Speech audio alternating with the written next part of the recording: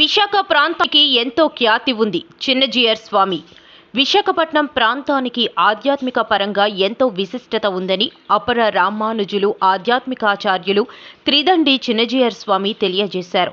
శనివారం గీతా జయంతి వేడుకల ప్రారంభ సభలో ఆయన అనుగ్రహ భాషణం చేస్తూ విశాఖ ప్రాంత వైభవాన్ని వివరించారు. సాక్షాత్ ద్వయరూపంలో శ్రీ వరాహలక్ష్మీ నృసింహస్వామి సింహాచల క్షేత్రంలో వెలిసి భక్తులను అనుగ్రహిస్తున్నారు. సాగర తరంగాలు గత వైభవాన్ని నేటికి ప్రసరింపచేస్తున్నాయన్నారు. ఆ వైభవాన్ని సమాజానికి అందించడానికి విశాఖ సాగర తీరంలో వేద అధ్యయన పరిశోధనా కేంద్రం ఆశ్రమాన్ని ఏర్పాటు చేయడం జరిగిందన్నారు. వేద స్వరం సాగర తరంగాల ద్వారా ఇతర ప్రాంతాలకు విస్తరింపచేస్తుందన్నారు.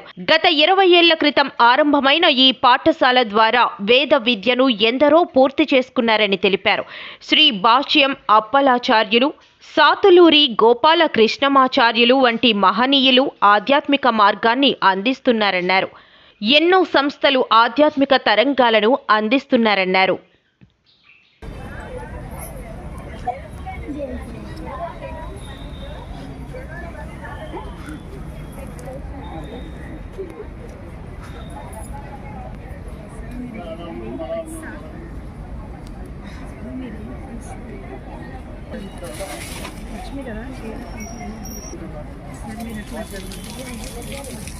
ఓం హిరణ్యవర్ణాం హరిణీం సువర్ణరజతస్రజాం చంద్రాం హిరణ్మయామినీం యస్యాం హిరణ్యం విందేయం గామశ్వం పురుషానహం అశ్వపూర్వాం రథమధ్యాం హస్తినాథ ప్రమోదినీం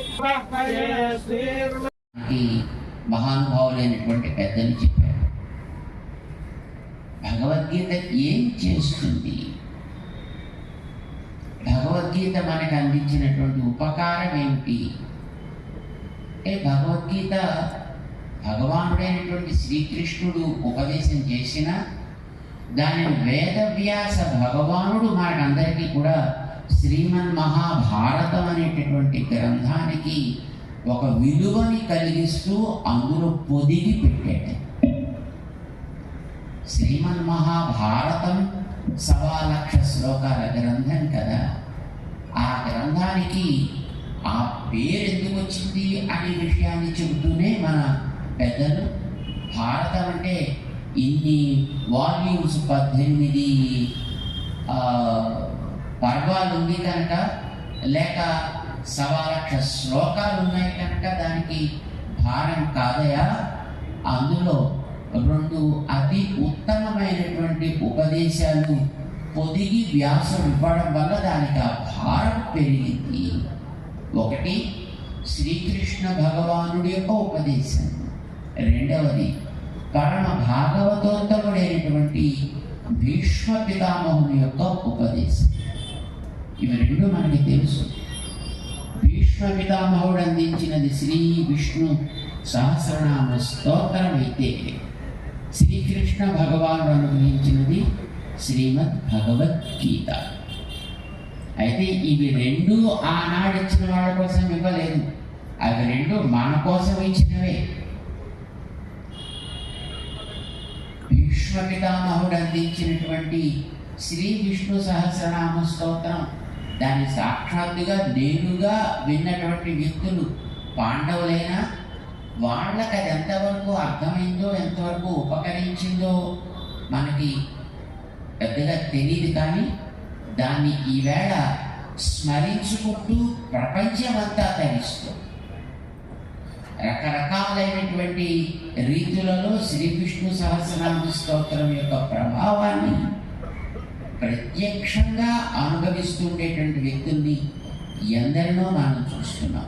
గారు ప్రవృత్తులందరూ కూడా ఇక్కడ ఏదైనా ఒక కార్యక్రమం మనం చేసుకుంటే బాగుంటుంది, గీతా జయంతి సందర్భంగా భగవద్గీతని గురించినటువంటి స్మరణ చేస్తే బాగుంటుంది అని వారు సంకల్పించడం, దానికి ఫలితంగా మనందరం ఇక్కడ ఈ పూట నుంచి దాన్ని ఆరంభం చేసుకోవడం.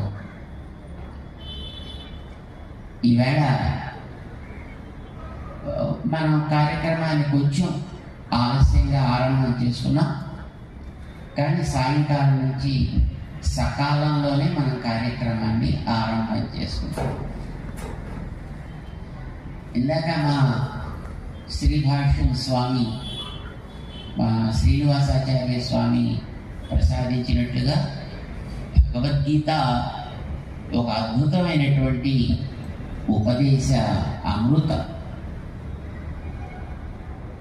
ఈ కాలంలో కలియుగంలో వచ్చేటటువంటి ఉపద్రవాలను, ఇప్పుడు ఏర్పడేటటువంటి రకరకాలైనటువంటి కుత్సిత వాతావరణాన్ని భావన చేసినటువంటి శ్రీకృష్ణ భగవానుడు ద్వాపర యుగ అంతంలో అర్జునుడిని ఒక సాకుగా పెట్టుకుని మనందరం బాగుపడాలి అనే ఒక మహదాశయంతో భగవద్గీతని ఉపదేశం చేశాడు.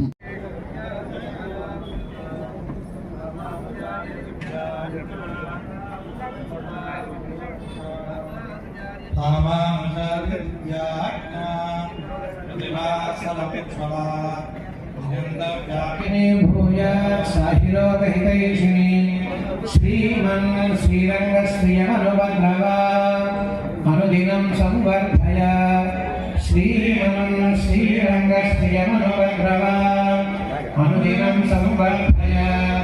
నమ శ్రీశైలనాథాయ కుంతే నగర నిర్మలే ప్రసాదప్రాప్య కైంకర్యచారిణే శ్రీశైలే సదయాపాత్రం